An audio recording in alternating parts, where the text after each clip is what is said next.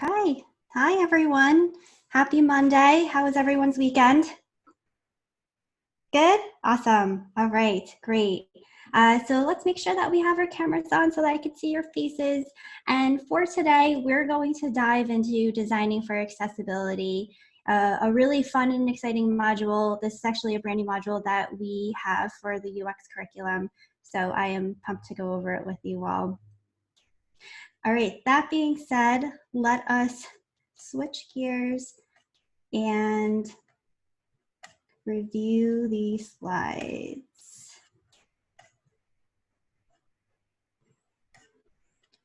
Okay.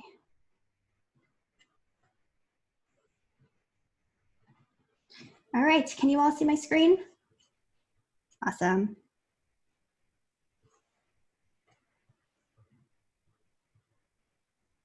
Where did that go?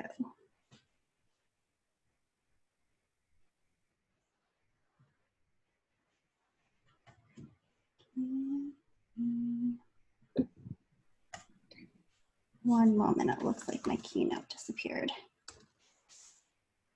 Okay.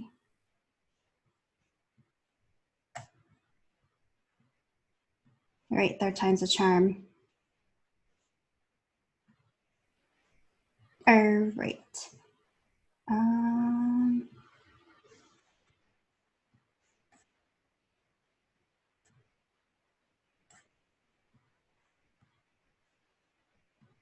Okay, let's try this. All right, do you see all this? Do you all see this intro slide? Wonderful. Okay. All right, cool. Okay, so like I said earlier, today we're going to be diving into an intro to designing for accessibility. And in previous modules, we touched a little bit on accessibility specific to color. But in today's module, we'll take a deeper dive into understanding why designing for accessibility is important. And we'll also take a look at a few principles that we're able to apply to create these inclusive designs. In general, just to remind ourselves, our role as UX designers is to make products that work for everybody. So when we create our mock-ups, when we're creating our experiences, that is our ultimate goal. And by making sure that our products work for everybody, we will also make sure that our products are designed and taken into consideration for accessibility. So key objectives that we'll be discussing today: understanding why designing for accessibility is important, and then understanding how to apply particular accessibility principles to our designs. For the majority of this lesson, we'll be referring to a book by Laura Kalbag called Accessibility for Everyone. This is a book that's available on a list apart. I'm happy to share the link at the end of the module. But this is a really, really great resource. We're only going to touch the surface of accessibility design, but if you're interested in learning more, I definitely recommend taking a look at that book. They have ebooks available. I think it's probably about $10 if you're interested in reading more about it. Okay, so one thing to note when it comes to designing for accessibility is that it's actually everyone's responsibility. So it doesn't fall in our hands when it comes to designing accessible products. Rather, think about creating experiences in terms of being able to work with other folks in a cross-functional team. And so incorporating accessibility may appear daunting for some of us who haven't worked with accessible products in the past. It may seem a bit daunting and challenging, but it shouldn't be. Like I mentioned earlier, it's really a team effort. So for example, designing for accessibility would include making sure that we are aligned with our developers, working closely with our product managers. We'll also, in some instances, if you have content strategists, you would work closely with them, as well as information architects, in order to define the homepage's content and structure. And then information and goals are also provided by researchers, as well as executives. All right. Okay.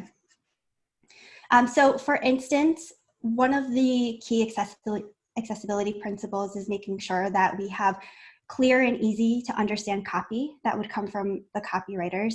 And then towards the end of this module, we'll talk about best accessibility principles. So as designers, it's really our goal to make sure that the content that we're creating, the mock-ups that we're putting together, that we're taking things into consideration.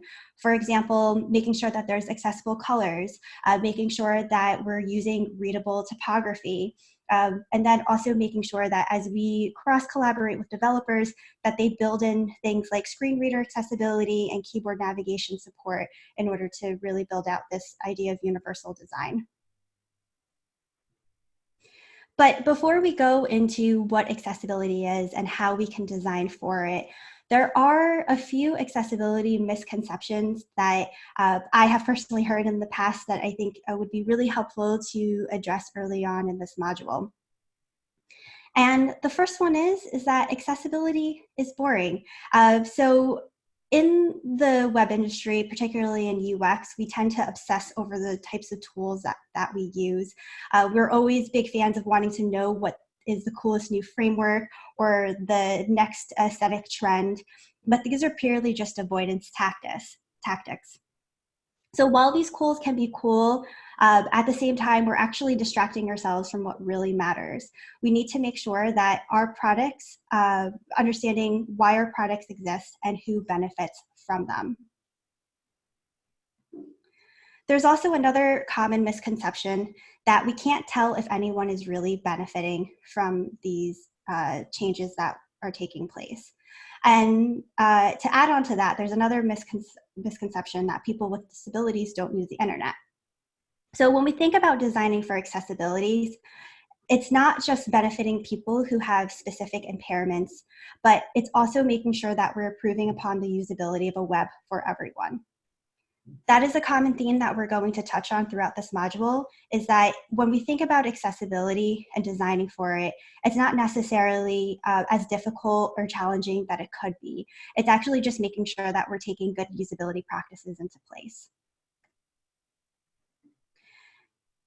And then a third common misconception is that there's just too much to do when it comes to converting a website into accessibility. So working in design and technology, we are conducting challenging work each day. And the web is always moving and changing, so we frequently come across complications and bugs when we're building sites. We don't normally give up at the first sign of an issue. We find a way around it without compromising the experience. This is the same of accessibility. We just need to add new techniques to our toolkit. So based on these misconceptions, think of accessibility as truly a win-win situation for everyone that's involved. It's good from a business perspective, making sure that our sites are accessible for everyone, so that we could also think about implementing in a way that is going to increase our potential user base. Any questions on these accessibility misconceptions?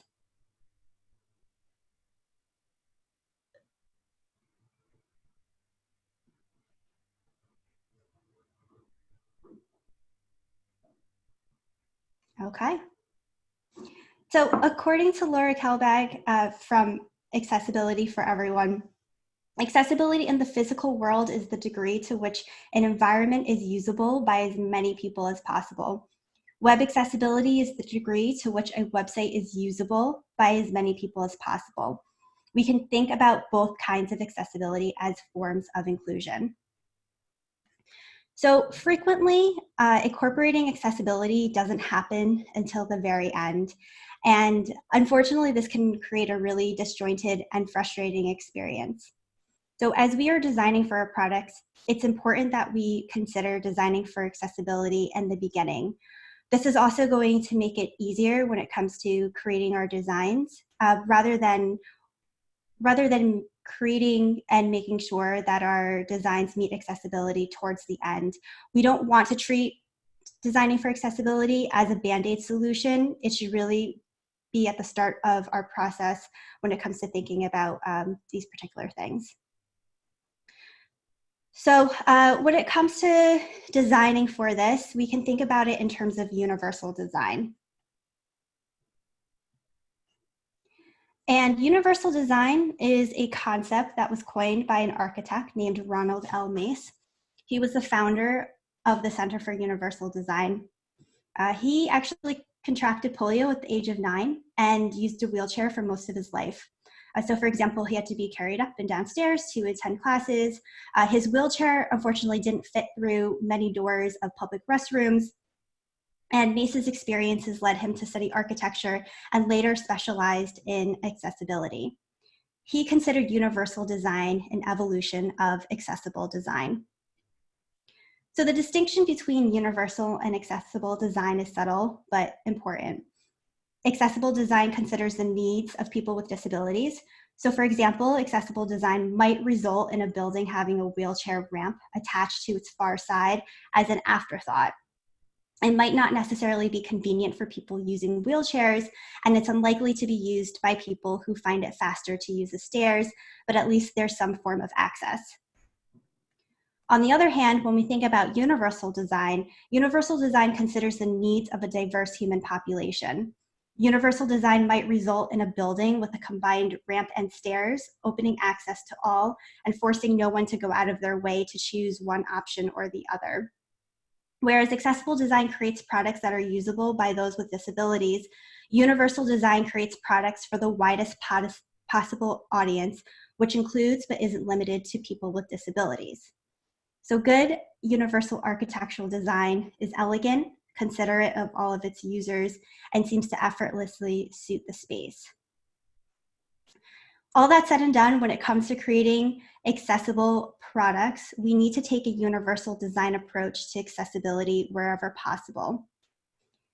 Taking into consideration these universal web accessibility guidelines help us create sites that are usable by the widest, most diverse audience, rather than creating bolt-on solutions that might benefit one group at the expense of another.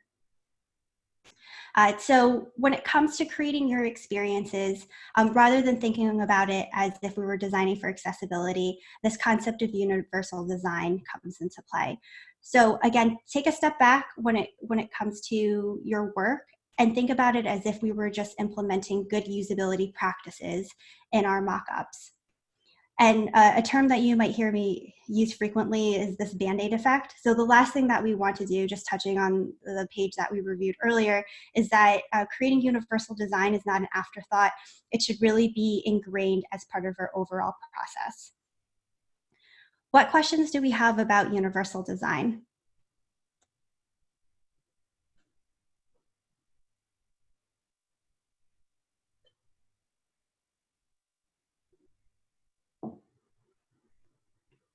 All right.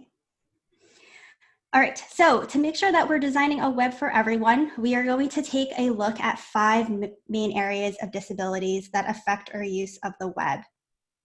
So what I'll do is I'm going to go through these 5, and then some of you may have seen in Slack, I added in a link to a Chrome extension called Funkify. So if you'd like to go ahead and download that in the meantime and follow along, that is an extension that we'll be using after we review these 5 main areas of impairment. All right, so the first one here is related to visual impairments. So these types of visual impairments could include conditions that relate to nearsightedness, farsightedness, and astigmatism, which is really common with people as you begin to get older. Another common visual impairment is color blindness, and this impacts up to 8% of men and up to 5% of women. For example, a user with color blindness has a difficult time seeing a color or differentiating between different colors. For example, they may only see color in grayscale, or they may have difficulty in distinguishing a certain color. As a result, we keep, even in all the designs and daily UIs that I take a look at, we always talk about contrast and accessibility. We need to make sure that the text colors that we're using are readable against backgrounds, and that links should not be signified by color. Those with eyesight loss in particular need to have clear, readable text.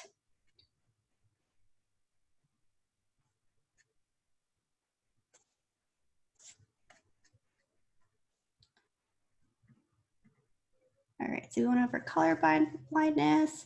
And then the last one that we have here is eyesight loss. So this is another visual impairment with users with partial eyesight loss.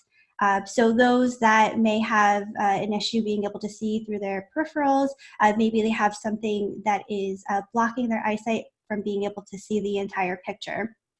So those with partial eyesight loss need to have things like clear labels, readable text sizes, and high contrast between the text and background.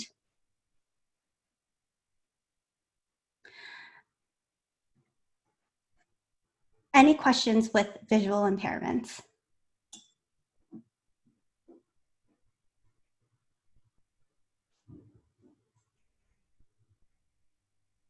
Okay. Oh. We might be discussing text height and weight in regards to visual impairment later.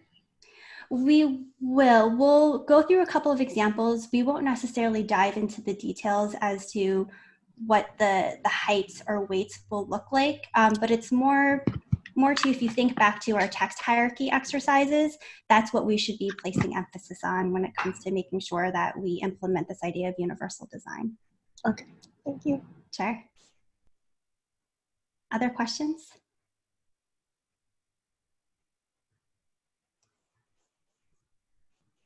Great.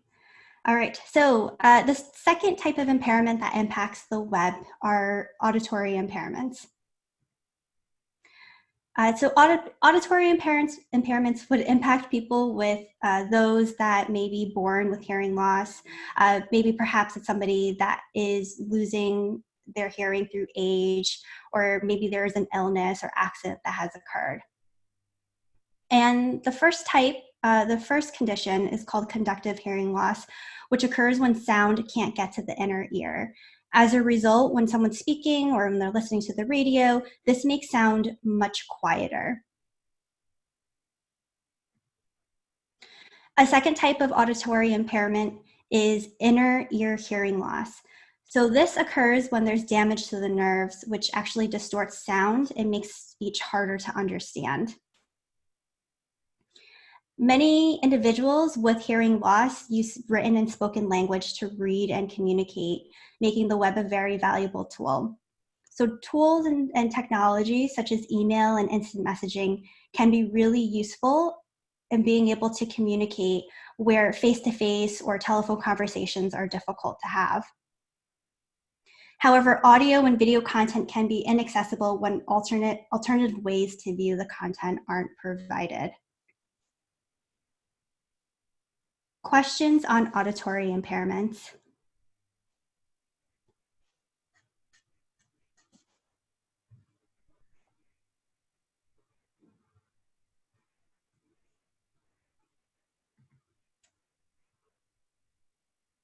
Next, we have motor impairments.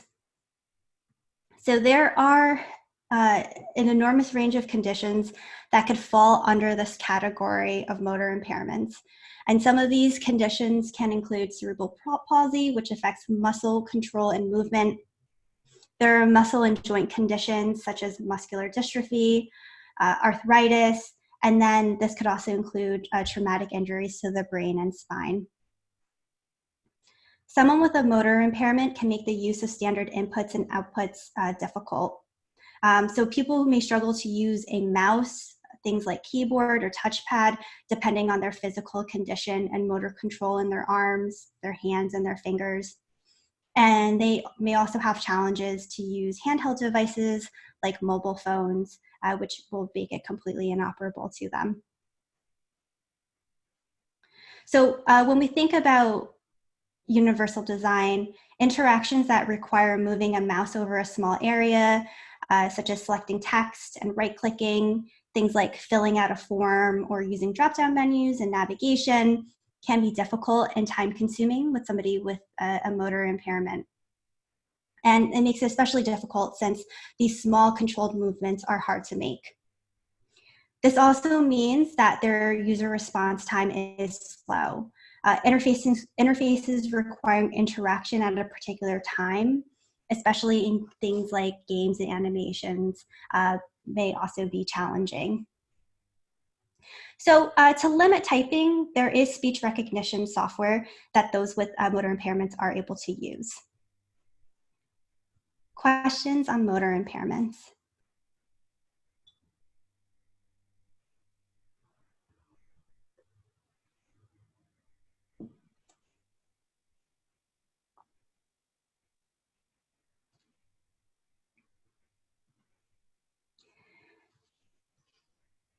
Next, we have cognitive impairments. And these are incredibly diverse depending on the way people interact with the web. This impacts memory, attention, problem solving, text processing, math processing, and visual processing. And this also impacts those with learning disabilities. So learning disabilities are common in people across all ages. And those with these types of learning disabilities can be sensitive to visual clutter or too many options. They also benefit from supplemental content to aid understanding, such as video and audio to clarify text, or symbols, captions, and transcriptions to make audio and video easier to understand. And literacy also falls under this category of cognitive impairments. This ability to read and write. So for instance, the global adult literacy rate was 85% in 2015, with 757 million illiterate adults, often a result of limited education or learning difficulties. We can also consider that low literacy arises contextually for individuals whose first language is different from the native language of their surroundings. And we can make sites more accessible to people who struggle with literacy by making copy as simple as possible and including paragraph headings to help people keep their place in the text.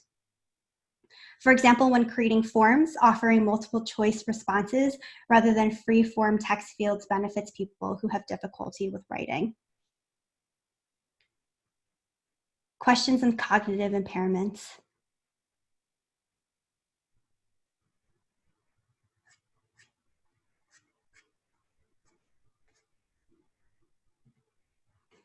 And then lastly, under this fifth category is vestibular impairments. And vestibular impairments are common. They affect as many as 35% of adults that are aged 40 years or older in the US. And these vestibular disorders are caused by damage to the vestibular system. So these are the parts of the inner brain and ear that control balance and spatial orientation. This causes things like dizziness, vertigo, cognitive confusion, hearing, and visual disturbances. This often manifests as motion sensitivity on the web. For example, animations or unconventional scrolling and parallax backgrounds can contribute to headaches, dizziness, and nausea, sometimes lasting long after the animation is over. And we can help those with vestibular disorders by giving them control over their animation and motion experiences on our websites. As Val Head wrote in Designing Safer Web Animation for Motion Sensitivity, consider offering an option to turn off or reduce motion, providing what essentially boils down to an alternative way to view that content or a little extra control can be a big help for anyone sensitive to motion. In order to be effective, the option to reduce motion should be presented to users before any animation happens. Questions on vestibular impairments?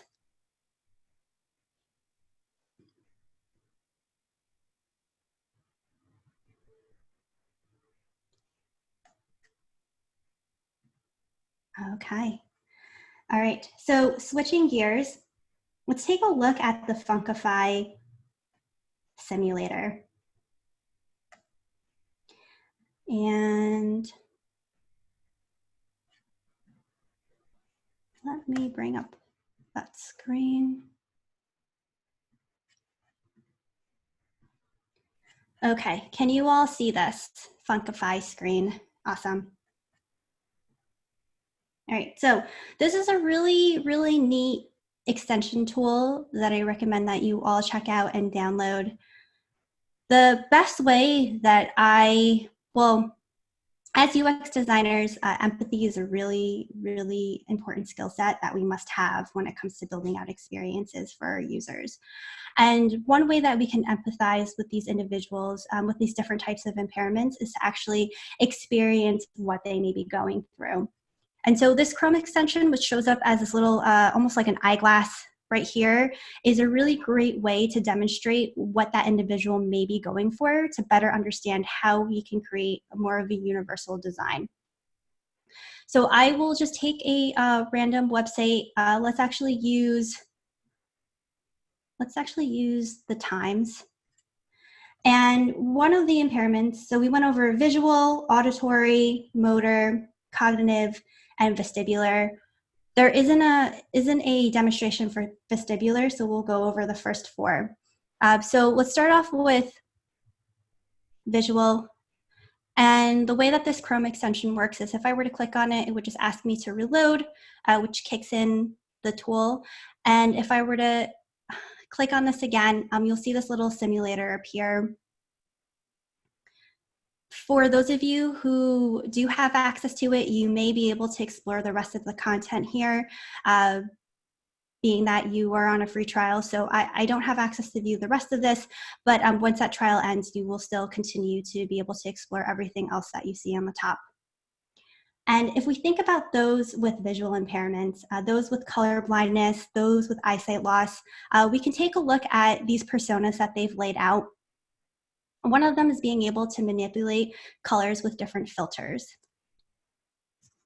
So as you can see, I went ahead and clicked on the color simulator, and it actually redirected me and defaulted to what they call deuteranopia.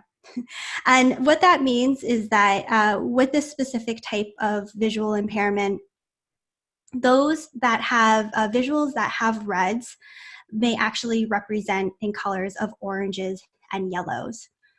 So if we take a look at what this person might experience with this type of visual impairment, we see that mostly a lot of the images that we see here are in this yellow hue and almost in this blue hue as well. So color, they're not going to be able to distinguish different types of color.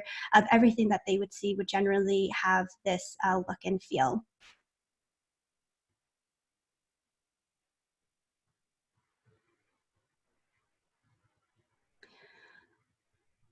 Other different types of visual impairments is those who have issues being able to see from their peripherals, those who have experienced vision loss or partial vision loss. And here is a good example of that. So here's somebody who's viewing the New York Times, but has some vision loss where they're unable to see everything that is in front of them.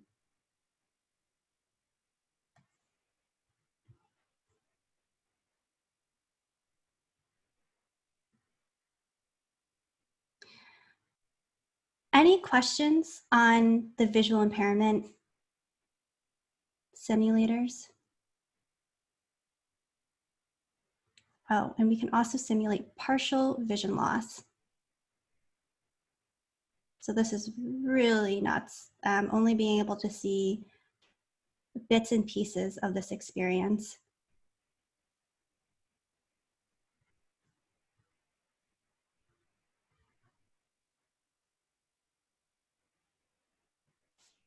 Questions so far?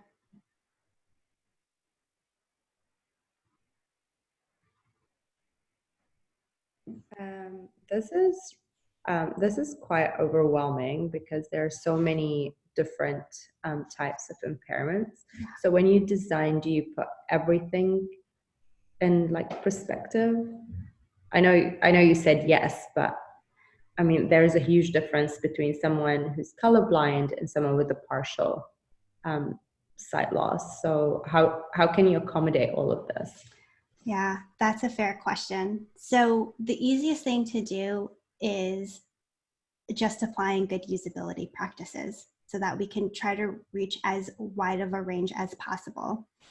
there may be instances where you're not going to be able to solve for every single impairment.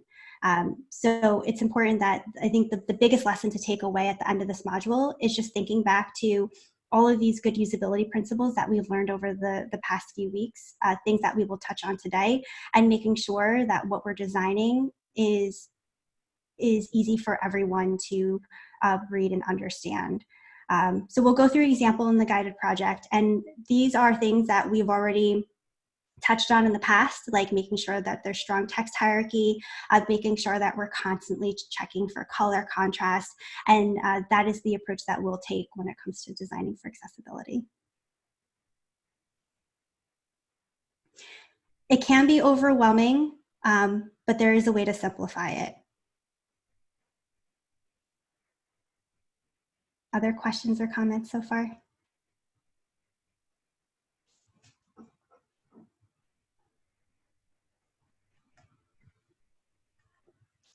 Okay. So the next one that we can review are motor impairments. So motor impairments, again, are those individuals who just have a loss of control. And a good one that we can refer to is this example, where this individual is basically unable to use a mouse in order to navigate to certain points of the page. And also, Nora, to add on to your question, all of this work does not fall on the UX designer. There are things from a technical perspective that we'll have to work with the developers in order to make sure that we're implementing universal design. So for somebody who would have a motor impairment, who's unable to use a mouse, where this is an example. Here we go. So here's an example of somebody with a motor impairment who may be using a mouse. It's very, very difficult for someone to go into a particular section to click on it. And so what we would do in this case is there are additional devices that folks are able to use, such as screen readers, that will help account for this. But it's also collaborating with your developers and making sure that things are set up correctly so that if somebody who is visually impaired, let's say they are blind, that the site is set up so that as they're navigating throughout, the speech recognition would be able to let the user know exactly what they're reading. So it doesn't fall just on the weight of the UX designer. All right.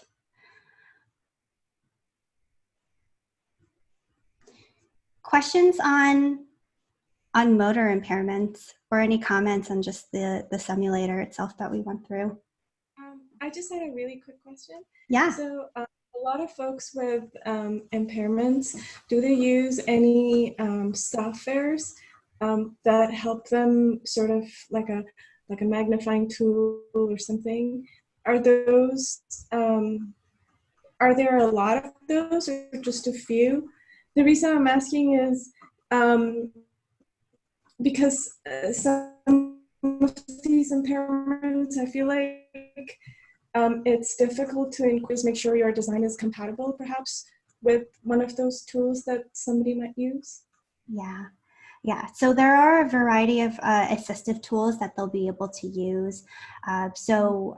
Those would, for those specifically with this type of impairment, would work with some type of speech recognition software. If they were to try to type an email, things that I've seen in the past, like Dragon Dictation, that's an application that was used in one of our exercises, and when I think back to designing for accessibility. And then there are others as well. I don't have any that come to mind, but there are a ton of assistive technologies that they'll be able to use. So that way, you know, somebody who has a motor impairment, yes, it would be difficult to design for that just because naturally, you know, there'd be a lot of shaking movements. So the answer to your question is there are external tools that they are able to use in order to navigate through your site. Okay, cool. Other questions?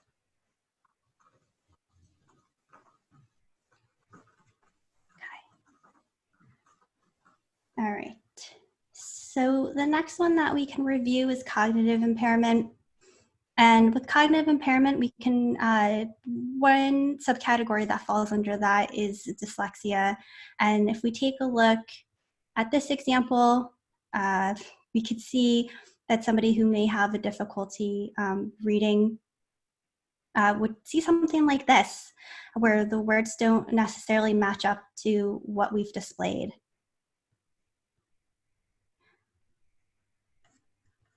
And there are, like we mentioned, a bunch of different cognitive impairments or conditions that could take place. But the key thing here is always thinking back to copy, always making sure that everything that we're writing is clear and concise. And then just ensuring that what we have laid out also in terms of its visual hierarchy or text hierarchy is also clear to the reader as well.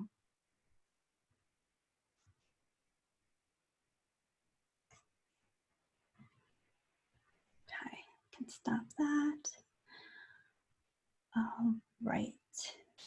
Okay, so there's actually two that we didn't get to go over. One that was auditory, which we would not be able to have an example here, and the other one that is vestibular.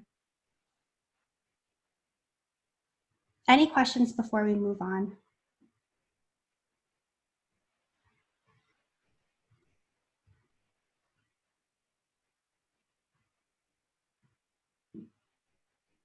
Okay.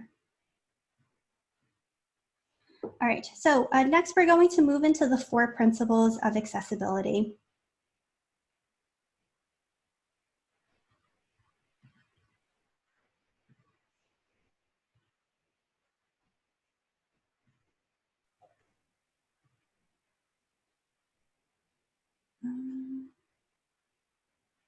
All right, are you all seeing the screen that says 4 principles of accessibility?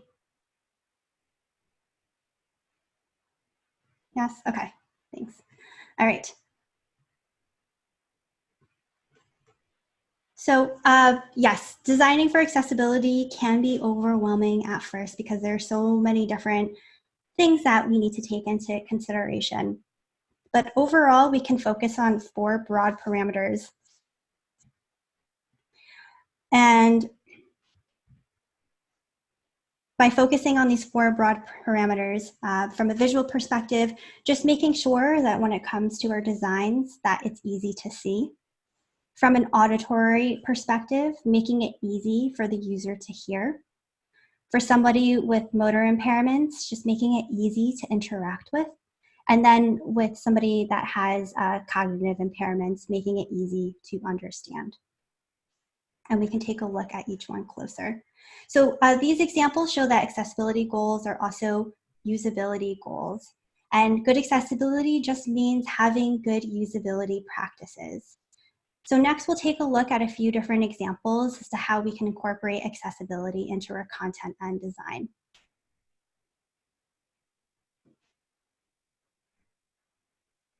All right, so I'm going to bring your attention over to Figma, and we'll take a look at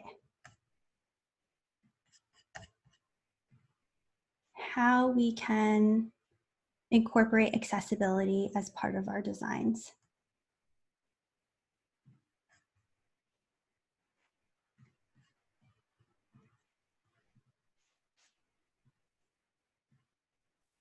Okay, all right.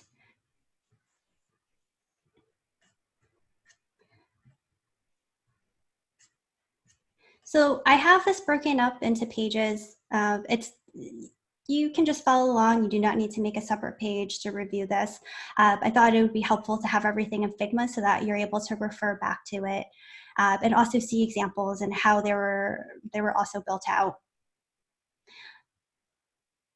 But when it comes to thinking about these universal principles that we can apply, we'll be going through a bunch of different examples.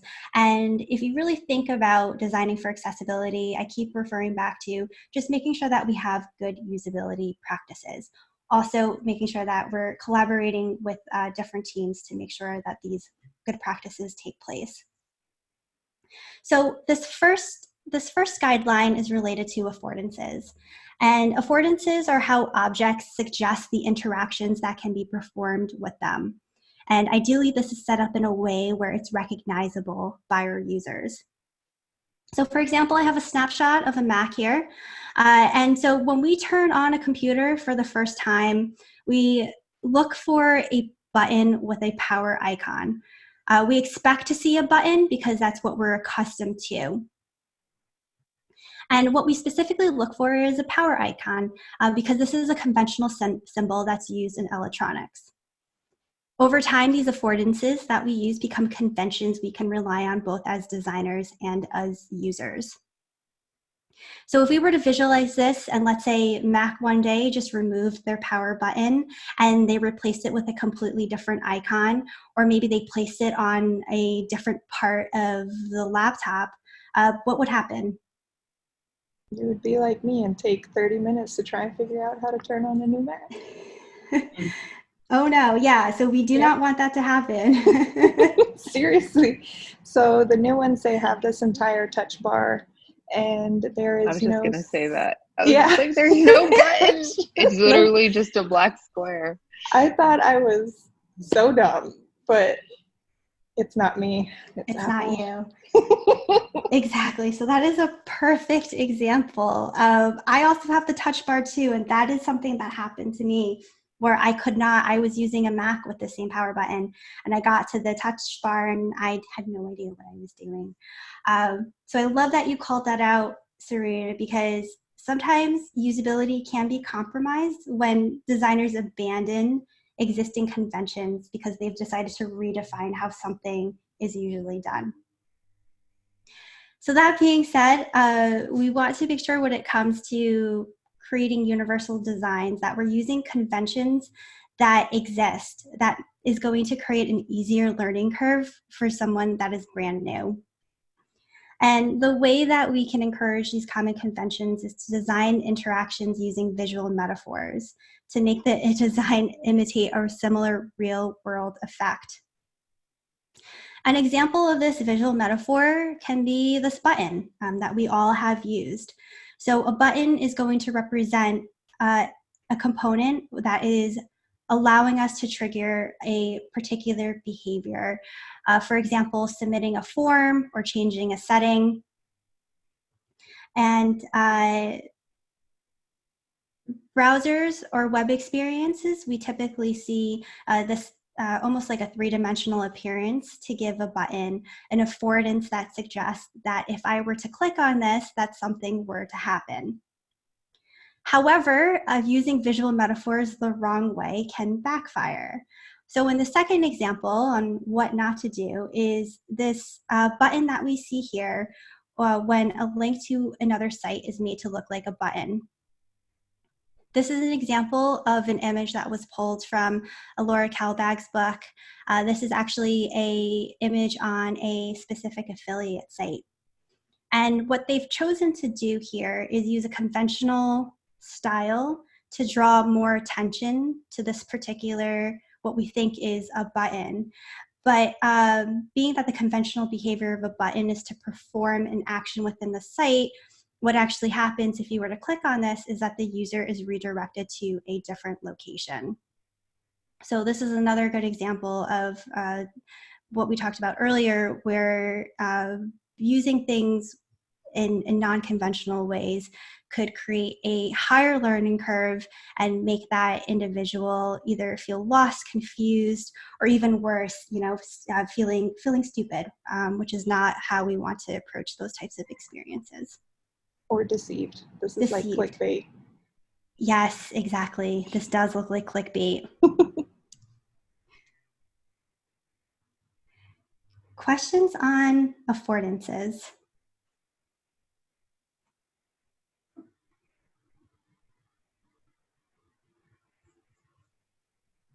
All right.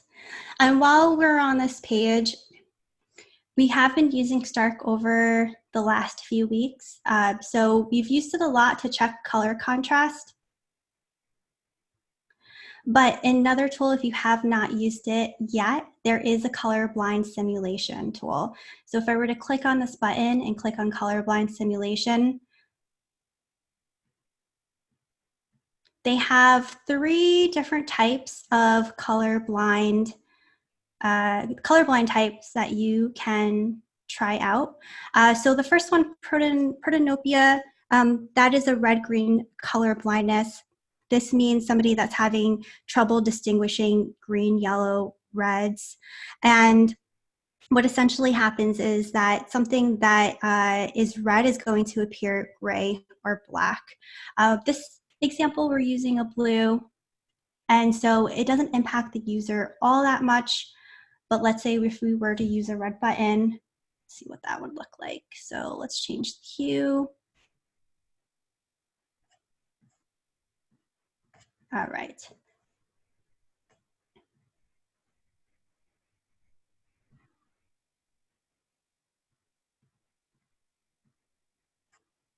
Oh, what happened?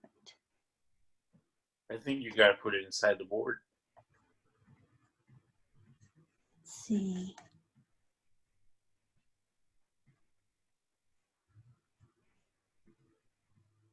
Oh, here we go. I think I clicked done. All right, cool, thanks. All right, so here's an example. We're using a red button.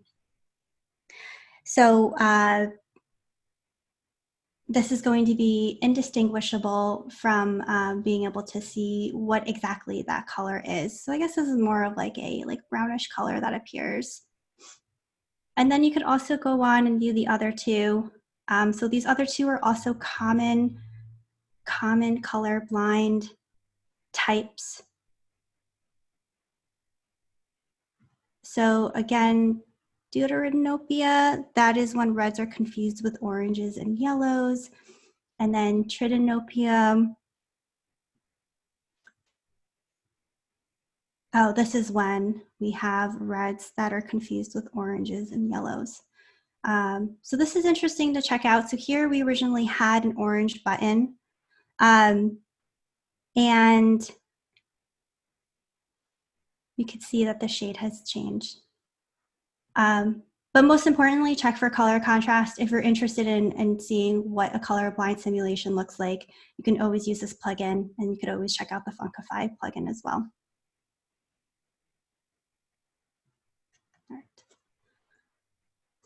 All right, so moving on to the next piece. Another way that we can support for this universal design to meet accessibility guidelines is focusing on titles and breadcrumbs.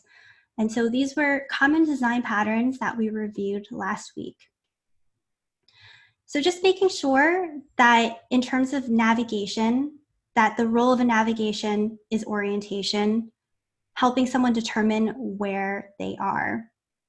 And this makes me think back to the question that Brandon asked about his sprint project on Friday, whether it was necessary to have titles. So, the answer that we discussed was yes. And that is important that we have titles, because that is going to be that visitor's first stop to identify where they are on a page. And usually they'll refer to the page title. So, an example of how we can ensure that we are designing for these good usability practices is making sure that we have a highlighted or active style in the navigation to help people understand where they are. Here's a site from IDEO, and if I were to show you what that would look like, IDEO does a really nice job helping us understand where we are by highlighting a line underneath the category. So if we were to go into perspectives, we would know that we would be in the perspectives page just because of how this is visually displayed. And then in even larger sites, the example that I had listed here is IKEA. And so we talked a little bit about breadcrumbs last week, but IKEA, normally with really, really large sites, something like IKEA where they have just thousands of SKUs in their inventory, and it's just really, really easy to get lost. they utilize breadcrumbs to help visitors understand the relationship between the page that they're viewing and other areas of the site. And this seems a little slow to load, so I'll just direct your attention to this example. This particular example, we're looking for sectionals, and as you can see, these breadcrumbs are laid out so that we understand this relationship.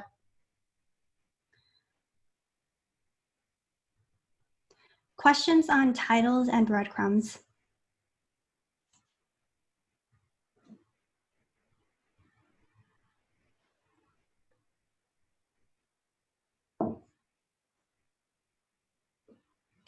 I'm not so sure if I'm seeing it correctly or not, but the IKEA example on your slide, the sectional seems a little grayed out. Why? I mean, is that correct? Is that what I'm seeing? Yeah, it does look a little grayed out in comparison to the other. Why would they do that? I mean, I feel like maybe the other ones, I mean, if it was darker, I don't know, I feel like I would, if I would perhaps maybe reverse the color, I would highlight the one where I'm at more. So I just feel a bit confusing. Yeah, that's a really good point. I think the intention was to highlight that in a different color to let them know where they are. But it almost seems like an inactive link, and I could definitely align and see how the rest would be more of this darker gray version, and this would almost be like an either thicker weight or maybe this darker black color that they're using. But I think the overall goal is just to help them understand where they are. But yeah, a subtle difference like that, I could see that being reversed. I have a quick question as well. How do you design for the breadcrumbs? Do you just tell the developer to include it, or do you have to wireframe everything? That is a good question. In most cases, you will want to have this designed out so that they can refer to it. You don't necessarily need to wireframe it in every single experience. As long as they understand the information architecture of the page, if you just show them example as to how someone would be able to land on this page and what content would appear, one example should be enough, and then they should be able to build the logic behind it and then implement it for every individual screen. Thank you. Sure.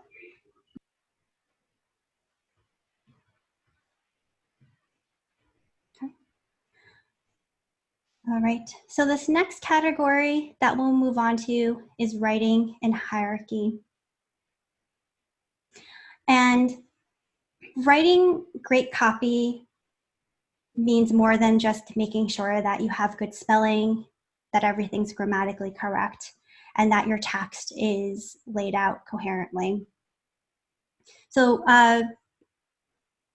good sites that represent great writing have content that's understandable, that's useful, and it's appropriate in context of its users. In terms of writing, one thing that we can focus on when it comes to just good universal design is focusing on hierarchy and structure. And so this may look very similar to the text hierarchy exercise that we did the other week. And so accessible content begins with well-structured copy. At the page level, structure helps readers understand which text on a page is most important. Using clear and concise headings makes it easy for someone to skim the page and understand the information that they're likely to find.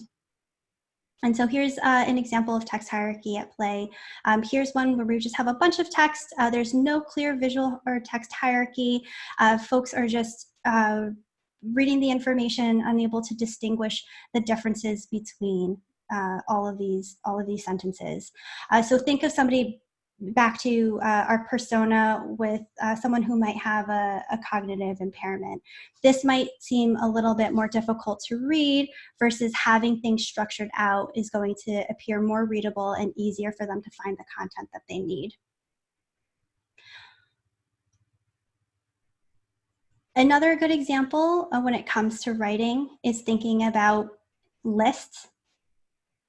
So making sure that when we have lists, we separate them out from paragraph text to make them clear. So in this example, we have a chocolate chip recipe. And even though there is some slight text hierarchy at play, there is a better way that we can structure this information to make it much easier to read. So having a well-structured page like this, where we've broken down the content into bullets, and we've even broken some of the instructions down into further individual instructions, this is going to make it appear less intimidating. So somebody who has a cognitive impairment that struggles to read and understand text, they're able to focus on this clear content hierarchy. And this really resonates for, I think, just for anyone. I mean, think about a page that you've opened up where there was just a bunch of information and a bunch of text and you just couldn't find what you were looking for. That is going to be someone that is going to close out your tab or close out your application just because it was really, really difficult to digest. Questions on writing and hierarchy.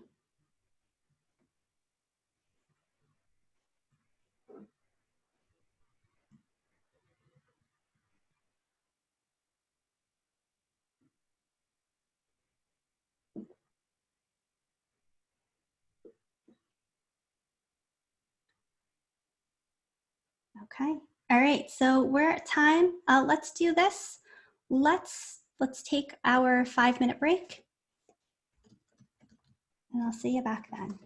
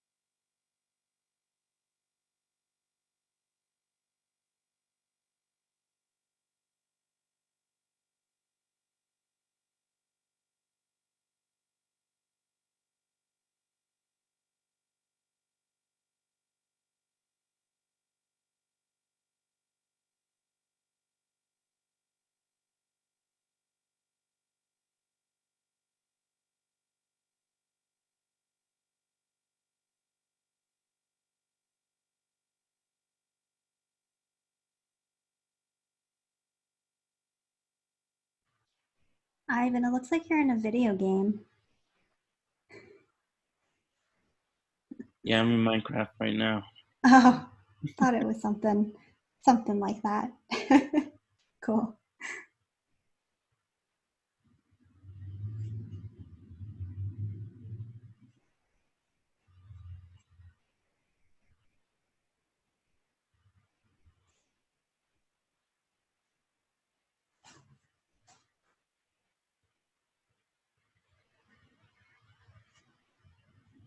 Okay. All right, welcome back.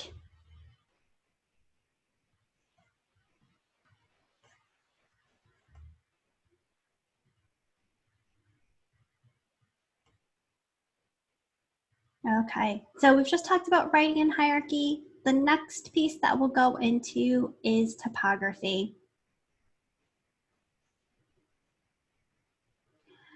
Okay.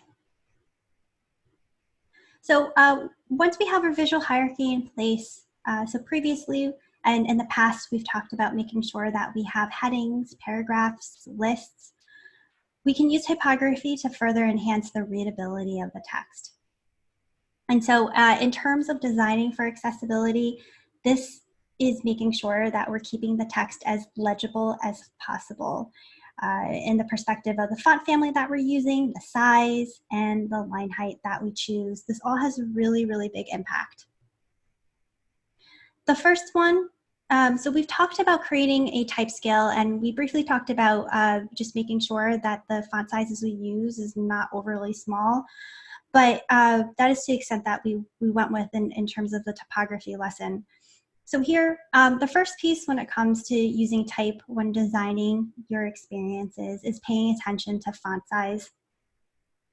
Now, if you can see here, if the text is too small, it can make it really difficult to read. This example that I've used here, this is all the Roboto font or typeface, and I have it set to 8. So if I were to zoom out, this is going to look super tiny in comparison to everything else that we have here. So using small text is going to make it harder for your user to read, but then overly big text can also provide problems as well. So in this example, I'm zooming out, I'm being forced to sit back to be able to read this at a comfortable distance. So there's a fine balance between the sizes that we're using. And so the generally recommended font size is going to be equivalent to 16 pixels or larger, but this is going to depend on the font size. There may be a few that you're able to get away even at 13 or 14, but it is based on the type that you're using. A good way to also check is we talked about using Figma mirrors, so constantly checking your designs in, for example, mobile, and being able to make sure that everything is readable through there. Then as we get into styles and what we call font weights, in terms of really thin fonts, this type of thin type had actually become more popular when we had high resolution screens and when they started to become more prevalent. But as we can see here in comparison to the others, is that thin type is really difficult to read just because there is a lower contrast against the background in comparison to other fonts that have a heavier weight. Font style too, depending on the type of display that you're using. So currently, some of you that are using a standard display, others are using a high resolution display. The font style is going to render differently. So at some point, for someone that is using a standard display, thin font weights are going to lose clarity. And so it's important to take that into consideration, particularly when we're using really smaller font sizes.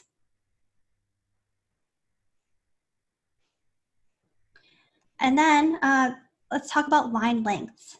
So standard amount of characters that we should have on a line is going to be about 66 characters, like you see here.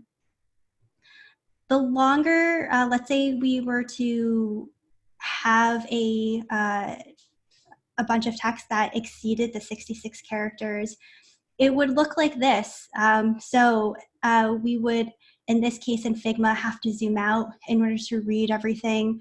Our head would start turning as we continue to read the text when we're going back and forth.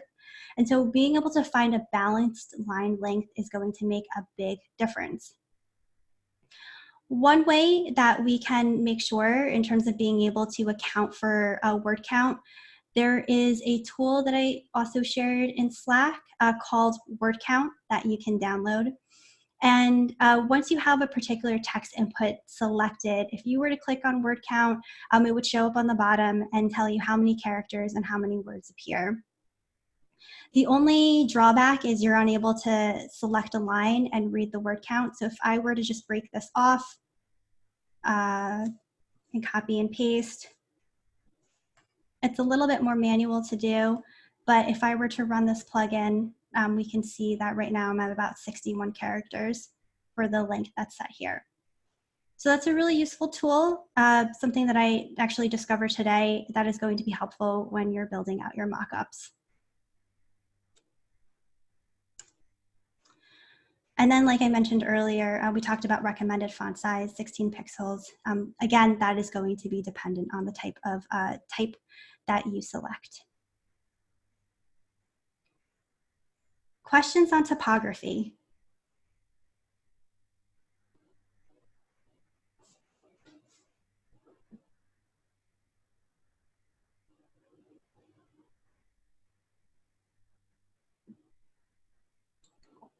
So far, it's really just getting down to basics when it comes to creating universal design, which is a key theme that we've seen throughout this module. All right, so lastly, let's talk about interaction design. So those with cognitive impairments or those with learning difficulties, they often find that when there's changes in content or when they're trying to follow instructions or when they're entering an expected input, could be not as easy as they would like for it to be. So when it comes to designing your interfaces, we need to make sure that we're allowing users to digest a page. For example, when something goes wrong with an interaction, it should be easy to rectify any mistakes. Now, a good example is when it comes to interaction design and thinking about those with vestibular impairments.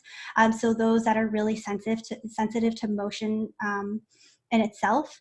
Carousels are a good example of that. So even though carousels are not a good practice, this was a good example to pull just to showcase what we can do to help those with motion sensitivity. And the first one here is just making sure those like these carousels or animations, those that advance content. Auto advancing is unhelpful because one, we talked about how it doesn't allow someone to finish reading their content, especially someone that is having difficulty or if they're actually distracted. So a good best practice is if you're using carousels, just make sure that we're giving users control over when the next slide advances. So here is an example where we've added chevrons, where instead of having the carousel auto advance, we're giving that control so that we're not overwhelming that individual and making them feel, setting that expectation up front with them.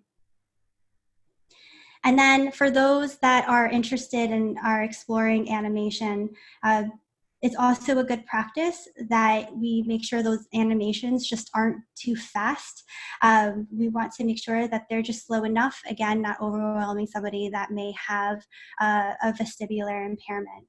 So an example of that could be if there's really fast animations, I'm giving users control as to, so that they're able to stop that. Another example under this interaction design pattern are error messages. So there's a lot of different error messages. Specifically, we'll talk about error messages on forms. But even as simple as something as a page not found, we want to make sure that when we're showcasing error messages that we help them out so that they're able to fix their issues. without giving them any sort of context as to how they would be able to fix their problem is going to create confusion and frustration. So this also makes sure that this falls along this idea of making sure that our text and our copy is clear and understandable, making sure that our copy is friendly and appropriate and useful. Sometimes what you'll find happen when you are working on a UX design team is that specifically if you don't have a copywriter, you may need to come up with the copy, but it's really important that we're detailed in what the copy appears on the page itself. There are instances where if you do not write the copy, that actually falls in the hands of the developers, and sometimes they may not think about the human side of things. And so if you've ever experienced viewing a website where the copy just didn't make sense and it almost sounded like a robot was talking to you, chances are they didn't have anyone really think about the human side of it. So when it comes to your work, if you don't have a copy designer, just make sure that everything is spelled out as well before it gets transferred over to the developer. And then this example, so we have a simple error message in this left-hand example. We have somebody that has entered in their email address, and all we have is this red highlight.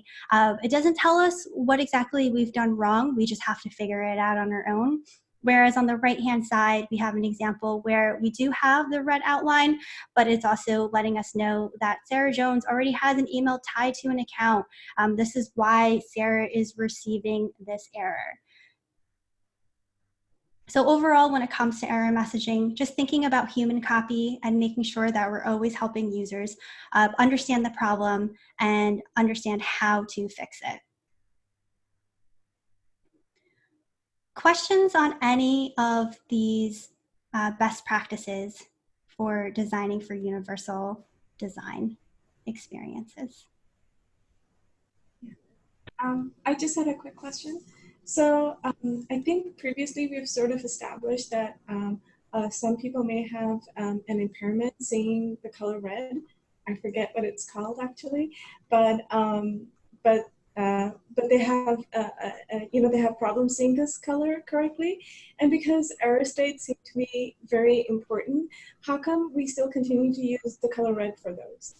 Yeah, that's a great question. So when it comes to those that have visual impairments, what we focus on is just making sure that there's enough contrast. So even though somebody may have a difficulty in seeing a particular color, what we can do to help support that is making sure that we have additional text to support them and help them understand what they've done wrong. Maybe this outline, I could have done a better job, and maybe the stroke could have been thicker to also provide more contrast to the user. So when it comes to designing with color and making sure that it meets accessibility, we're not going to be able to account for every color. We just need to make sure that there is enough contrast so that they'll be able to see. Yeah, okay.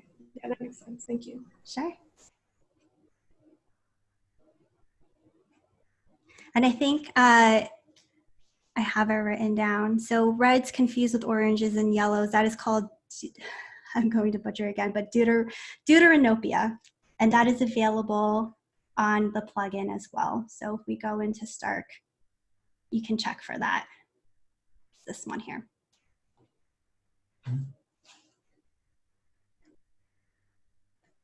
Right, great question. Other questions?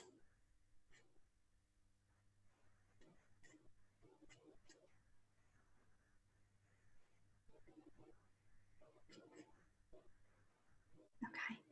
All right, so finally, we'll wrap up and we'll take a look at some accessible websites. So based on the principles that we've talked about here. And there's two that I'd like to showcase. The first one that Laura points out in her book, Laura Kelbag, she references BBC. So BBC is a good example of an accessible website. It may not be as aesthetically pleasing as we would like it to be, but it highlights a lot of the different pieces that we touched on. So as an example, in terms of the layout, BBC does a really great job in distinguishing the different areas of content. So here we'll have an image. We also have a small blurb of text, and the text that they're using, the copy, it's understandable, it's short, it's concise. It falls under what we were talking about, the recommended line length that we spoke about being less than 66 characters, or it at least appears to be. And there's a high contrast between the labels that we're using and also with the background. So we have this dark black text against this white background. And the page is set up, it's in a way pretty straightforward in order for people to navigate, especially those that may be using assistive technology like screen readers or keyboard navigation. And the one thing to point out in this is this homepage, this didn't fall in just the hands of the UX designer to make sure that everything was accessible. This was a cross-collaboration effort between developers, product managers, content strategists, copywriters. So they're all shaping this experience so that somebody that who may have a particular type of impairment is able to come in here and view the content easily.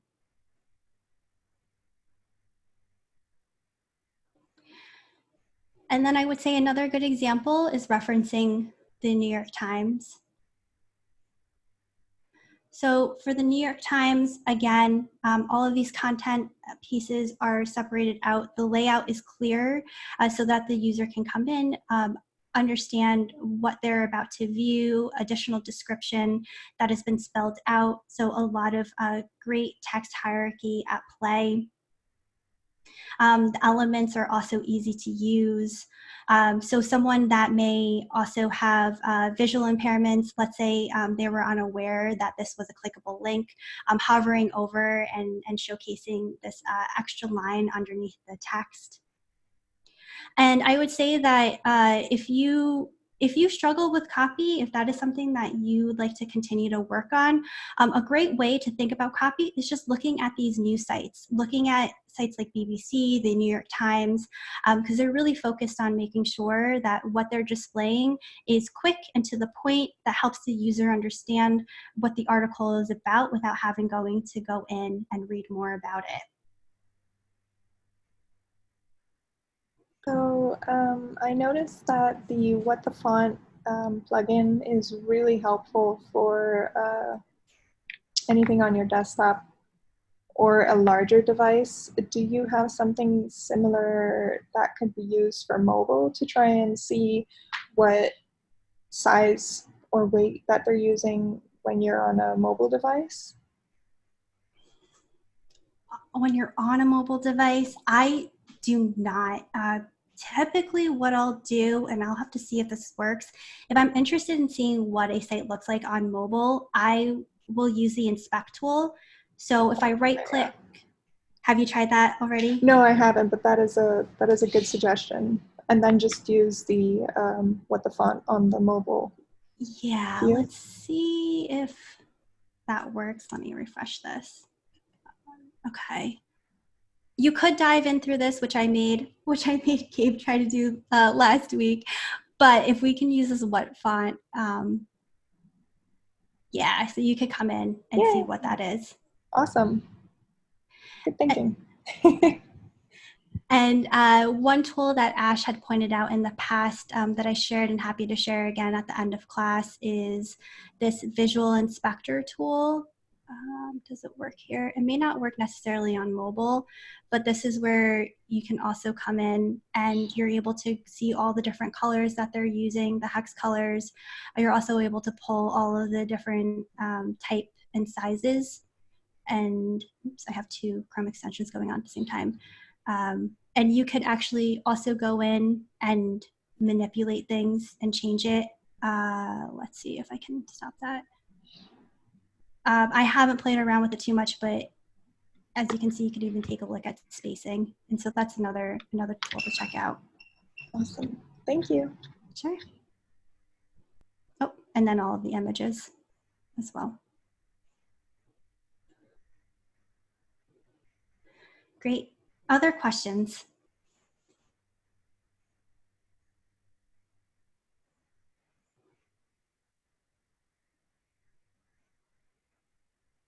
Okay. There are a lot of accessible resources. I'm happy to share a bunch of links. So a few that come to mind: material design has its own set of accessible guidelines that you can take a look at. So they do have a lot of great do's and don'ts. Apple as well, they have accessibility guidelines. Outside of material design, Google Design has put together a blog on accessibility. And so there are a ton of resources. And so, the key takeaway is good accessibility is making sure they have good usability practices. All right, so let's talk about the assignment for today. And so that is available in Training Kit. If we go into Project, Designing for Accessibility. And how I'm going to set up for this week is, for your assignments, you will still be practicing everything that we learned during the module, but for the second half of your assignment, you'll also be working on your Build Week project so that there's time set aside for that. For the assignment today, in reference to designing for accessibility, in a professional setting, we'll constantly need to analyze designs and provide feedback. So for the first part of the assignment, you're going to review this mock-up, which we'll take a look at in just a second. And based on the accessibility design principles that we've learned today, explain why this mock-up would be a poor example of accessible web practices. This is available in the guided project if you click into assignment.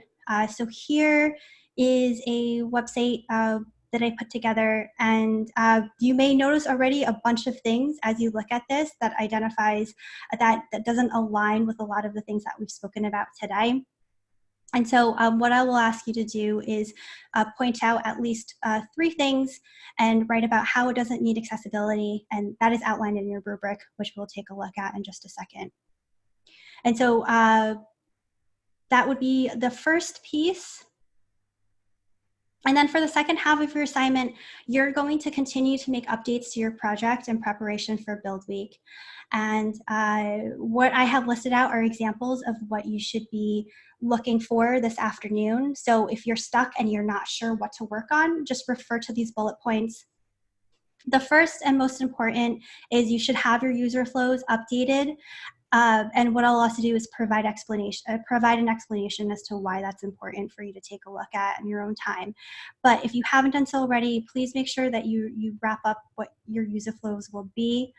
And then you're going to continue to build out your mobile and desktop screens. Then, if you haven't done so, continue to prototype your screens, because this is going to make it a lot easier for your developers to understand how your experience works. And then if you have done all that, make sure that you're converting your screens from lo-fi to hi-fi, keeping in mind all of the design theory principles that we focused on in the last few weeks.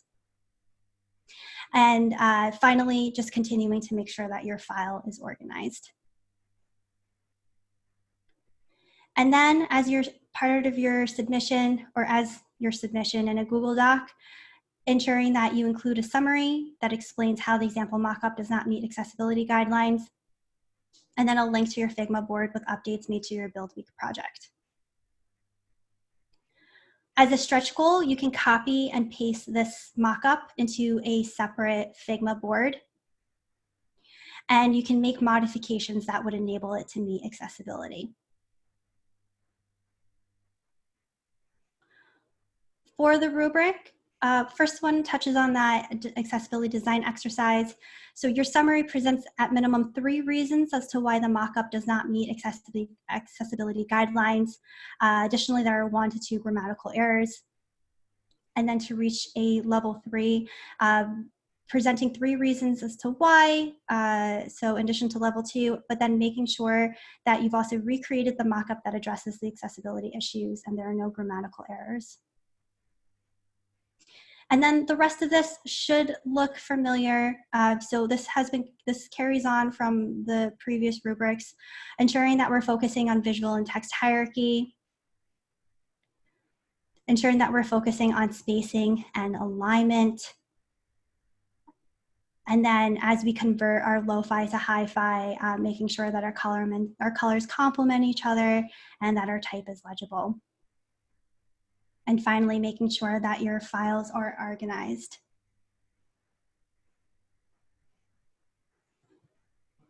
What questions do we have about the assignment?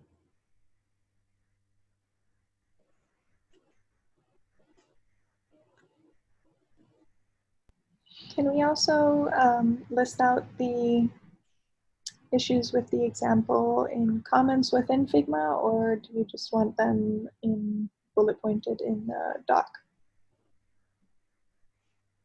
If you would like to copy and paste this into your own Figma board and make comments, that's fine. You can do that. Okay. And then that way you can just share a link to your Figma board and your daily stand-up. Okay. And your daily stand-up form. Yep.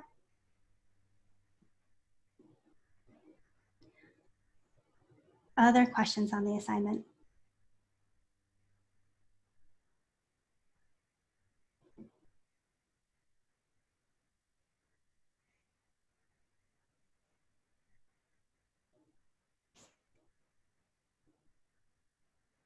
All right, cool. So we're not talking about the contrast here, right? Because it's lo-fi at this stage.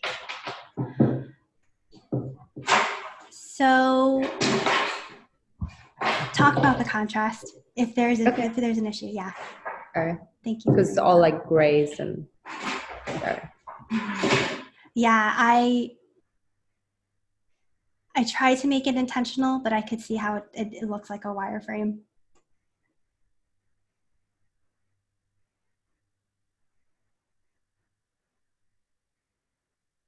All right. Okay, so since we have a half hour left, what I wanted to do is switch gears and talk a little bit more about Build Week. And then with time left over, I am happy to stay on and review your projects and provide feedback. And so we can take a look at it as a whole. So if there are other things that folks see, feel free to add in your thoughts as well. So the way that we have this week set up is this week is really just making sure that we talk about design, but also ramping you up for Build Week. So for tomorrow, we're going to talk about how to conduct a heuristic evaluation, and we'll also talk a little bit about design ethics. And then on Wednesday, we'll talk about team collaboration, and we'll also discuss how we can set up our files so that way developers can come in and understand, that a button's supposed to be a particular size, and making sure that your assets are stored away so that they are able to use that as part of when they start to build the product. And then we'll talk about stakeholder presentations on Thursday. So for this week, if I let me pull up the calendar.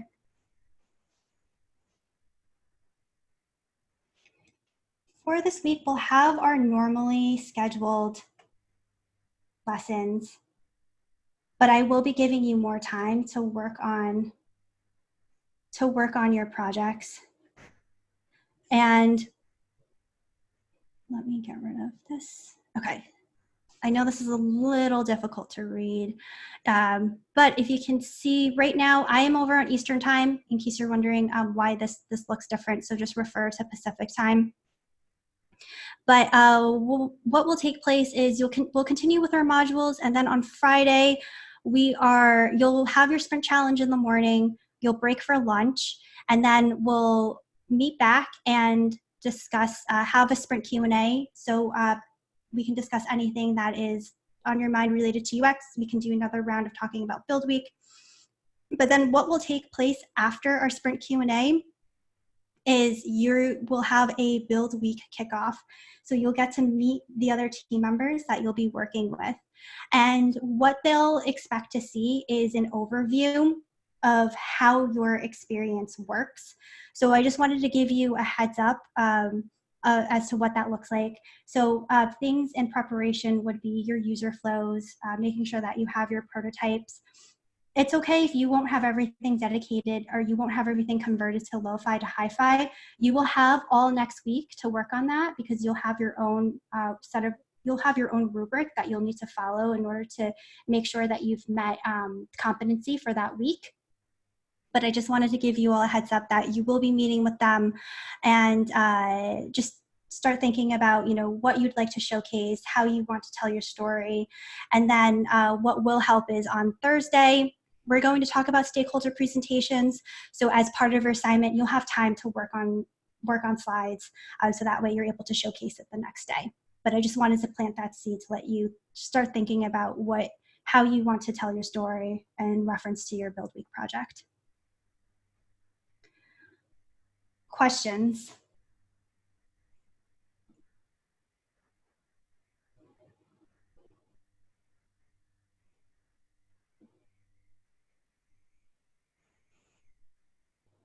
Okay. Great. Okay, so let's do this. For those of you who would like to jump off, you can jump off and get extra time to yourself. For those of you that would like to stay on, I'm happy to review your Build Week project and provide feedback. Any volunteers that would like to review their work, or even it can be a daily UI. You could take a look at mine. Okay. I did some. Awesome. And JP, do you have a link that you could share with me? Because I just don't have it readily accessible. Yeah, I would love to give it to you. Give me a second, okay? Sure.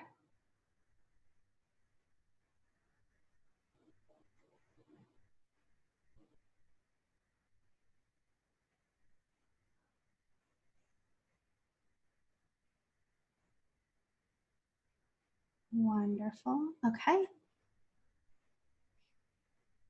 All right.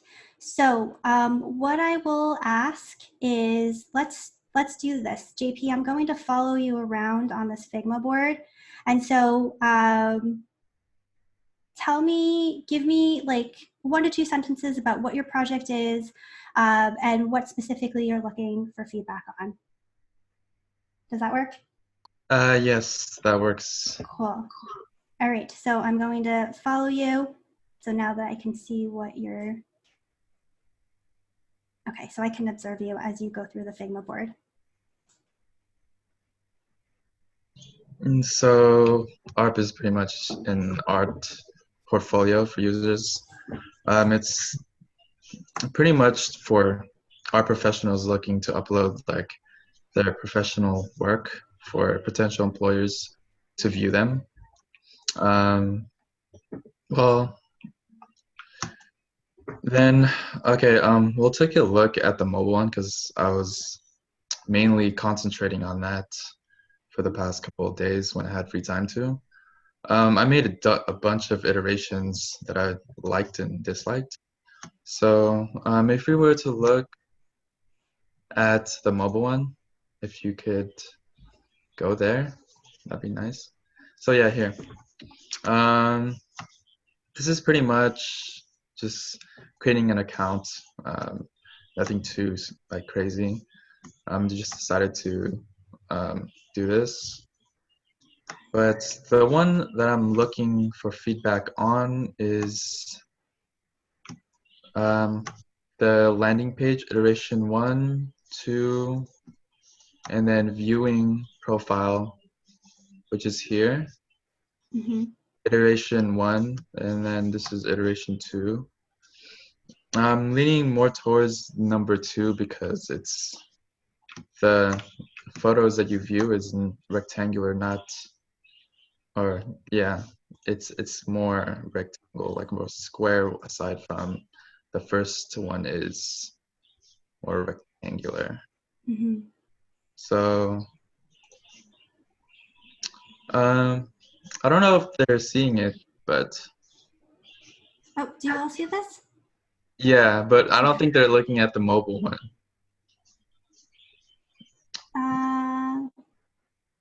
Do you want me to share my screen instead? We only see the Yeah. the whole Figma thing. Oh, interesting. Here, Okay. I'll do it Thanks, this way. JP. Of course. So let me make this a little bit bigger. So this is how it goes. I changed everything up actually. Changed the bottom nav. It was a lot bigger before. It looked like this. looked like this. This bottom nav was humongous. Did not like it at all. This was the very first iteration that I made. Something like this, and then it kind of just gravitated towards this iteration, making it a lot smaller.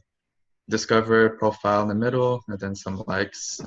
Decided to give, instead of this like this like black black thing, I decided to just give it a white overlay over the picture because to provide a lot more contrast on what this picture is about. Great. And then it just came to it being like this, more square, so the picture is a lot easier to see. Did this where it shows like who liked it or gave it a thumbs up, how many times it has been viewed. You can either like it or dislike it from upon like looking there. That's like the last iteration that I made of this one, and then that's really it. And then viewing your profile from Discover. This one changed drastically, actually. I don't know if I can find. I might have scrapped it a while back, but it looked like this. This one right here. It looked like that. Did not like it at all. Message button, upload buttons were inside there. And then I thought of creating, instead of, sometimes you don't really need the logo there, so I just took all this out, put a search button here, let you know what page you want on. So it's my profile. The edit button is pretty much to edit your profile if you're on your profile. Plus button is to signify if you want to upload something. This is like a slider. It's supposed to like, you want to go, if there's more like case studies, illustrations, photography, sketches, I think it's supposed to like, you can just slide it to go there. Than that, this is like what I believe is probably the best way to create your profile, viewing your profile at least. So that was it. And I was looking for feedback on which cards. design is best. Yes, correct. Yeah. So when I think about in context of somebody who is viewing an art portfolio, my feedback would be to go for the most recent iteration, so your page iteration 3. So you had mentioned this earlier, being able to see more of that artwork. So that would be, I think that would serve the purpose of the users that you're designing for. When it comes to other pieces of feedback, I was looking at the bottom nav, so I love that you decreased the size because it was overly large, and so you have more room to play with making these cards bigger, so that is more visible. What I'm noticing as I'm looking at it for the first time is that you do have a lot of extra additional space underneath the Discover profile and likes icon, and I wasn't sure if that was intentional. It was intentional because this was designed for like an iPhone X, because they have this little bottom thing where you can slide up to go back to home. Okay. That was intentional because when I tried it on Figma Mirror, it looked correct to me. Going by the design guides, this was like the right size for that. Wonderful. So when you talk to your developers, just make sure that you have that annotated, because to them, it might seem like they're shifting it up a little bit higher than it should be. Perfect. Okay, great. Yeah, perfect. Yeah. Cool. And then if you could just zoom out for me, if I could take a look, your login screens. I wanted to comment on that too. Yeah, here we go. So one thing that stands out, especially on the first page, is the sign-in's a little bit difficult to see, and it might just be just the contrast between just the text and the background image. But the sign-in, I see it in blue, but for some reason it didn't feel like it it was in the same family as having an account. I just felt like it just stuck out, and it was something that was completely different. So I'm not sure, just continuing to make that white, or maybe choosing a different color. Maybe your primary, you're using a pink. Try exploring what that looks like, but just make sure there's enough contrast between the image and the text that you're using. And then I wanted to understand why you chose to go with a chevron versus like using a close button, and how that would work if I were to go through the experience. For this going back, right? So this is when they've clicked on create account. Over here. Okay. This over here. Yeah, I was just trying to understand how this back button works. Okay, over here. I mean, assuming that you've, entered all fields, correct? What if you don't actually want to create an account? I totally did not put this into over here because, I mean, if you create an account already, why would you go back? But, as a functionality, as if a user does actually want to go back, They can go back to they there. can go back. Because what if you actually wanted to create an account, but you realize, hey, I actually have an account. You can actually sign in. Okay. Something Cool. like that. Awesome. So this is a good example of what your developers are going to ask. So you may already have this stitched together, but if you have a prototype and you walk through it, then that'll be golden. And then I'm wondering also if that last screen is This one? necessary. Yeah, the account created, would it be easier to bring them straight to the dashboard? I always thought of that, like maybe it's just better to just create an account and go back to home. But upon initial impression, a lot of people would actually like some type of validity to like if your account was actually created.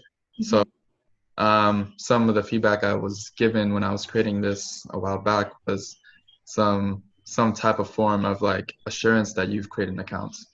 Okay, awesome. All right, awesome. Love it that you're validating with the research. It was a good thing you asked him that, because what I did for mine was I did validate that your account was created, and that in my prototype that frame is there for like 800 milliseconds, I believe, and then it transitions to the home page or landing page from there. I was just gonna say that. I was gonna say that right now, like having that whole little delay in the prototyping, and then it just auto transitions. What I would do, be like timed. What I would do is, you see how you have created an account all on like one line. I would put your home button on that same line and maybe move the created account created a little up, and maybe you have your logo underneath it or something, like on the last page, so that it's all like the same line, so it's not just squished and there's a lot of white space, like just pushing it out a little bit, so it's like the create an account and the go home are like in the same spot, like on one, and the create an account title text is up a little bit. Maybe you have your logo in between or something. I don't know, just like trying to use up some white space, because there's a lot of white space on there. Feedback. You have a good point on adding a logo maybe in between here, but for me, I mean, I think adding a logo right in the middle planted there is just a little distracting on what I'm supposed to be doing, like a call to action as going to home. But okay. Maybe, yeah, there was a purpose why I didn't actually put a logo here.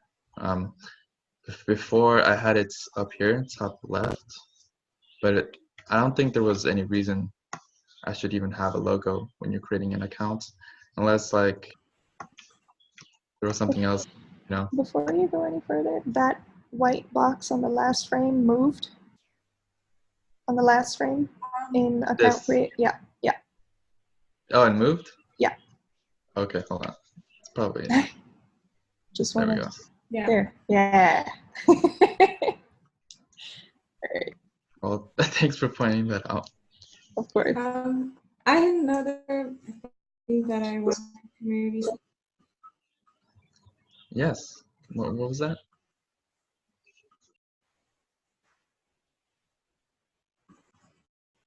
Oh, Navi, did you say something? Because you got choppy towards the end.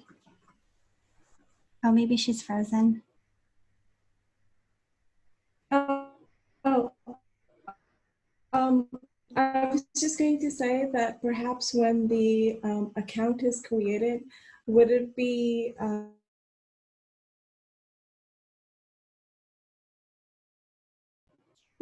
I think we lost you. Uh-oh.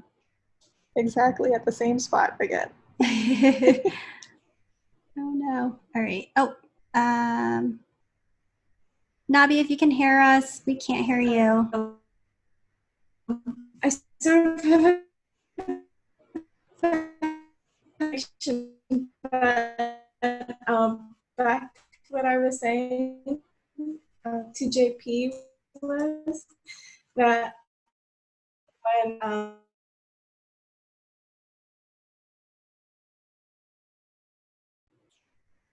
Oh no, we lost you again.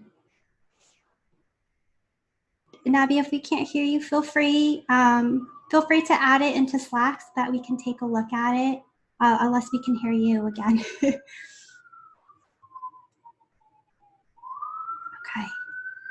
All right, and you might hear some sirens in the background. I'm back home in Jersey City, so that may happen from time to time. All right. Any other feedback that we can share with JP? I had just one sort of question. It was about the heart and the thumbs up. Are those the same thing? I knew someone was gonna say that. I was actually going to change this thumbs up as a heart, because I don't want my users to get confused on what this means. It's like, hey, what's the point of having a thumbs up if you have a like button? You know? So good thing you pointed that out, because that was one thing I wanted to get feedback on, because there's two things trying to signify, like, hey, am I giving this thumbs up or just liking it as a photo? Right, So, because yeah. sometimes the heart indicates like a favorite as opposed. Yeah. So I just wasn't sure if those were two separate things or if they were the same. Yeah, and I was wondering too, when you're gonna click a heart, does it save it or It does it saves just it like it? as I mean, liking this, it will signify that you liked it. It's pretty much saving it as, your likes. So you can go back, you can go refer to it again later down the line, or how Yes, does that? correct. Yeah, Okay. yeah. You have over here in the bottom nav, you have discover profile and likes. So likes is pretty much every photo that you've liked in, since you ever started, viewing anything from this site or this application. So, that is what I thought of. Okay. Maybe I can get some feedback on sending a message, because there was something that I don't know if that was great. We'll go over here. So this is pretty much just sending a message. Decided to put cancel top left, sending a message, and then inactive state of send. Your message will be over here. Unless you type the message, then the active state of sending a message will come up. And once you've type the message, you can send it. But the only thing is that I don't know if I should have any validity of once pressing send. I don't know how I'm going to let users know that your message was sent, something like that. Does anyone have any suggestions? The only thing I have is like the cancel button is right next to the person's name. And if you're like doing it on a phone, like what if they had like big thumbs and they accidentally click the person's name instead of cancel? And then it like, or something like that. Or like my teacher told me this once, his name's Dylan. If you zoom out, so it's like all in one, like zoom out a little bit more. Now squint at your design. And does it disappear? And if it does, then you might want to rethink it. So like if you squint, the cancel button kind of disappears, and the send button is, I don't know, like at a distance when you're a little zoomed out more, it's kind of hard to read. I don't know if anybody else noticed that, but that was like my only thing. So yeah, the squinting thing though, I would definitely try it on like other parts too. So you basically zoom out and then you squint and you see if it disappears or not. And then that's when you would rethink some of that stuff. But yeah, the cancel button and maybe the position of send. Yeah, that makes sense because I mean it's right above your recipient, so I can see how this kid poses a problem as like someone who's actually wanting to send a message. So squinting is a good idea. I'll try it on each of these, see how I feel about it. What would you recommend me doing besides? Should I change something with this? I think that if you put cancel and send down, like down, like right Here? above, yeah, like right above there, and maybe like Mhm. having that white space be like a box, so like underneath that white box is the cancel and send button or something. I don't know. I understand that. I think Yeah. one of my main reasons why I put it up here is because to provide some type of consistency with my other artboards. Also, like if I was going to send a message, right, and I typed everything here, and I don't want to be looking all the way down here again. Once I was just typing something here, so maybe just having it up here would be nice, but having it I down would here. actually consider keeping it at the bottom because that's pretty much the norm. Is that you always have a send button with or around your keyboard because that's already where your fingers are located. Right. Okay, yeah, I'll keep that in mind. Maybe have the cancel as an X next to the text, like on the top, and then you just have to focus on the send button at the bottom. Like That makes the sense. X underneath where the send button is. Like, what if there was an X right there? Right here, right underneath? here, right here. Yeah. Yeah, something like closer, so you can exit at the top and you can send it at the bottom when you're done. Something That like makes sense. That'd be a good idea. Keep that in mind. And the color for send is red. I would probably choose something different, like green, something that indicates go or I approve, I want this to happen. Mm-hmm. That's a good idea. Is I that thought of that red as or is well. it fuchsia? No, it's my primary color. It's the same color as this one, but it's supposed to be pink.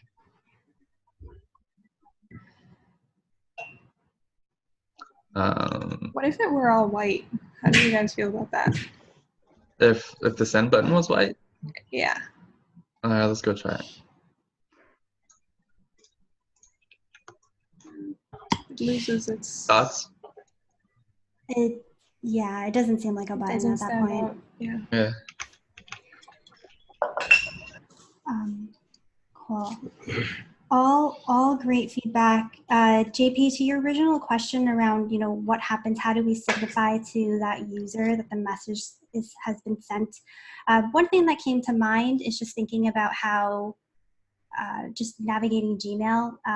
Typically, if I send a message, it would just bring me back to that almost, not that dashboard view, but the list of the actual inbox. That could also signify that their message has been sent and they also see it as well in the separate screen. Just a thought, but something to explore and iterate on. Or we could go back to that same modal that you were using earlier with the account created. I don't know if that's going to continue to be disruptive, that especially if you're sending out a lot of messages. I don't know if I necessarily would go with that approach, but those were just two things that came to mind that you could iterate on and test and see. Yes. Speaking about that, you actually did give me a really great idea because I just realized I don't have a tab for messages. So I definitely should look into adding a message tab in the bottom nav or like your messages, because if someone was actually going to send a lot of messages to other users, um, I would definitely like, have something here for messages. Yeah. Just don't forget to update your user flow. I know you'll update Yeah, it. yeah. Cool. I'll definitely do that. Nice. Is there anything else? I don't have anything else. Any other pieces of feedback that anyone has?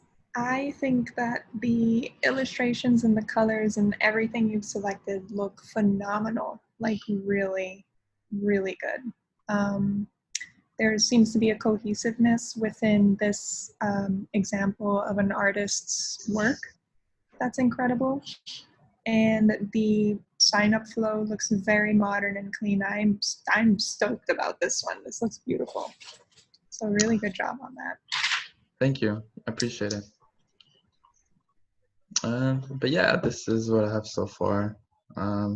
Just a bunch of iterations left and right. There's some I deleted, some I should have definitely made extra copies of my iterations, but I definitely just wanted to keep trying.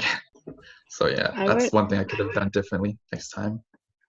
I would definitely just get in the habit of exporting iterations, like having what I do whenever I start a project is I make a folder on Google Drive and I name it whatever the project is.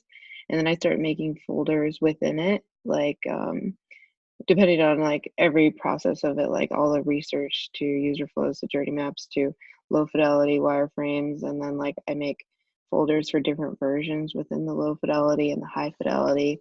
And then I just start keeping all my iterations basically. And so when you get to the case study part of it for your portfolio, you have everything in one folder and it's easily accessible because everything's labeled and whatnot. So I would definitely recommend doing that. I don't know if anybody else feels like this, but this entire build just feels like a whole manual of what not to do. And so in the next rounds, I know what to do, because definitely exporting, saving all your prior frames and iterations. Yeah, it's just good learning lessons. Yeah, it's all learning. And the thing is, it's hard to teach that if you're not getting ready to build with developers. So we're getting close. So now we're starting to think about these things. So that will happen. That's how I learned. And then that way you'll be set up for labs going forward. But if you can keep your older iterations, that would be great. So exporting them, keeping them as separate files, because you never know if there was something that you've used in the past that you'd like to make changes to. Awesome. JP, thank you so much for showcasing your work. Yeah, of course. Good job. Gladly. Thank you for all the feedback, you guys. Much appreciated. Yeah, of course. And yeah, I would encourage you all, like, feel free to continue to share your files in Figma and solicit feedback. It doesn't have to be when we meet. I think the more that we can share feedback with one another, the better. All right, cool. So we're 2 minutes over. Any final questions from me? All right, cool. All right, well, thanks for staying on. Enjoy your lunch. I'll see you all tomorrow. Thanks, everyone. Okay. Thanks, Bye-bye. Bye.